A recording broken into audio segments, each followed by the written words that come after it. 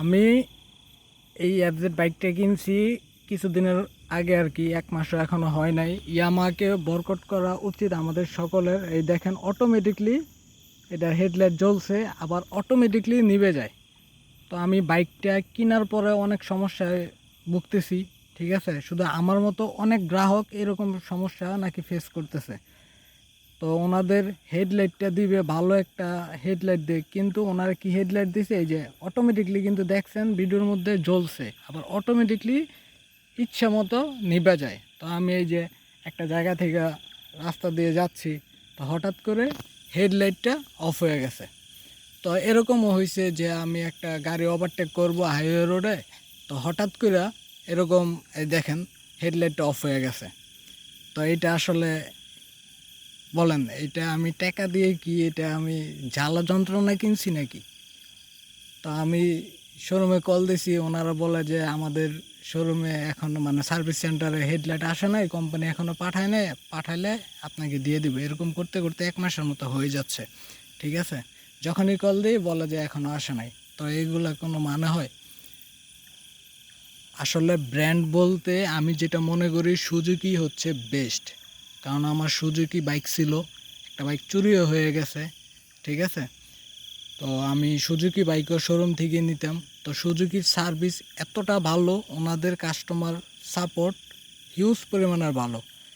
ঠিক আছে, ঠিক মতো ওনারা কল দিবে, কোনো সমস্যা কি যে কোনো জিনিস ওনারা ইনস্ট্যান্ট সমাধান করে। ঠিক আছে, তো আমি আসলে ইয়ামাহা জানতাম বেস্ট। ঠিক আছে, ইয়ামাহা ভালো।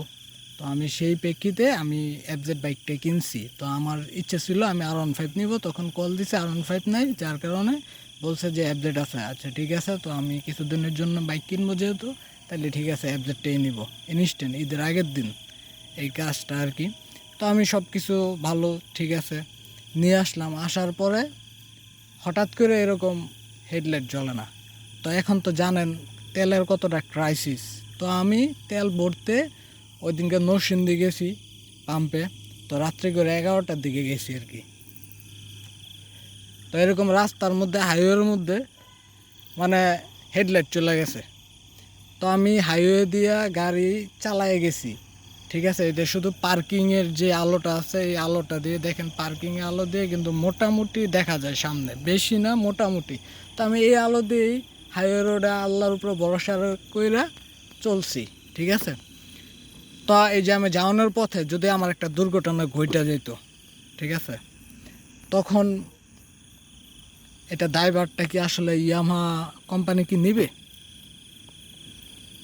তো আমরা কিন্তু টেকা দিয়ে ভোক্তা যে অধিকার আছে, আমরা কিন্তু অধিকার থেকে বঞ্চিত হচ্ছি। ঠিক আছে, শুধু আমি না, যারা এই প্রবলেমটা ফেস করতেছে যতগুলো ইউজার আছে আর কি, তো ওনারা সকলেই কিন্তু এই সমস্যাটায় ভুগতেছে। তো এটা ওনাদের মৌলিক অধিকার থেকে বঞ্চিত করা হচ্ছে। ঠিক আছে, তো এখন বলেন আসলে ইয়ামাহাকে কি বরকট করব?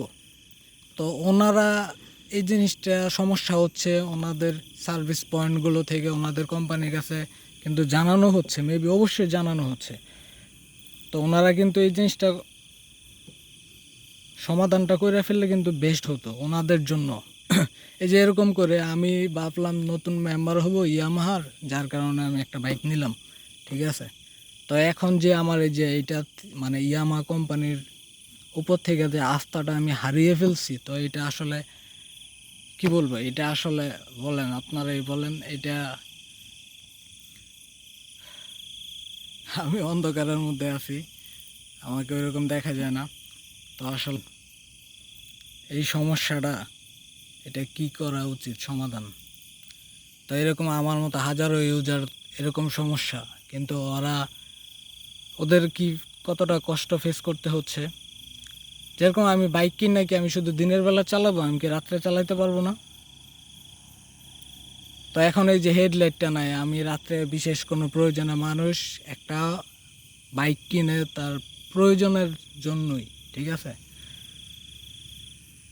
তো এখন আমি রাত্রে করে এই যে এরকম সমস্যা, তো আমি আমার ফ্যামিলির কাউকে নিয়ে যদি আমার একটা ইমার্জেন্সি কাজে যদি আমি হসপিটালে যেতে চাই, স্বাভাবিক, তো তখন এই রাত্রে করে, তখন যদি এরকম হেডলাইটটা না থাকে, তখন আমি আসলে একজন রুগীকে কি আমি নিয়ে যাব নাকি দুজনেই রুগী হব? তো এটা আমার ইয়ামাহা কর্তৃপক্ষের কাছে একটা কোশ্চেন। তো যারা যারা আমার চ্যানেলটার মধ্যে নতুন আর আমার ভিডিও দেখতেছেন, প্লিজ সবাই একটা লাইক, একটা গঠনমূলক কমেন্ট করবেন, আর ভিডিওটা অন্যান্য মানুষের কাছে পৌঁছে দিবেন, শেয়ার করবেন। এটা আপনাদের কাছে একটা আমার অনুরোধ। আর ভবিষ্যতে কী টাইপের ভিডিও চান, কোন বিষয়ের উপরে, আমাকে কমেন্টের মাধ্যমে জানাবেন।